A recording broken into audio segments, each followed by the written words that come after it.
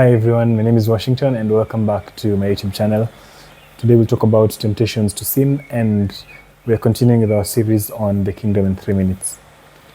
So in the book of Luke chapter 17 from verse 1 to 4, Jesus is talking about temptations to sin, and he begins with saying that indeed temptations to sin will come, things that cause people to go into sin, and he gives a warning to his listeners and to all of us at large, that woe to you and woe to me if temptations come through me. And it's better if a millstone is hung on my neck and I'm thrown into the sea than I cause any of those little ones, which is any of the little ones in the kingdom of God, to fall into sin.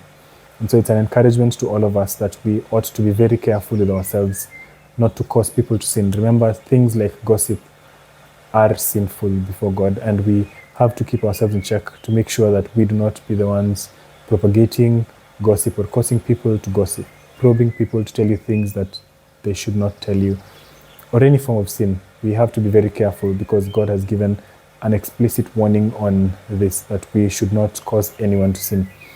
Apart from that, in the last two verses, that's verse 3 and 4, Jesus Christ is encouraging believers and his listeners and all of us that we ought to forgive one another. He says if a brother sins against you, you should rebuke him.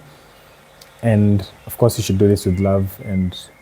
But if he repents and asks you to forgive him, you ought to forgive him. And even though he sins against you multiple times, you should still forgive him. Remember, if you sin against someone, you cause someone to be troubled. Unaenda kuchokoza mtu, sorry. But if you're the one who pesters someone and causes someone to feel annoyed and unsettled, you might cause them to sin. You might cause them to be angry and insult you, or to do things that are sinful. And that's also, in a way, partly causing them to sin, which is what we're warned about in verse 1 and 2, that it's better if a stone was hung on your neck and you're thrown into the sea. On the other hand, if you're the recipient of someone who's trying to cause you to sin, Jesus Christ is encouraging us to rebuke the person, tell them with love that this is not right.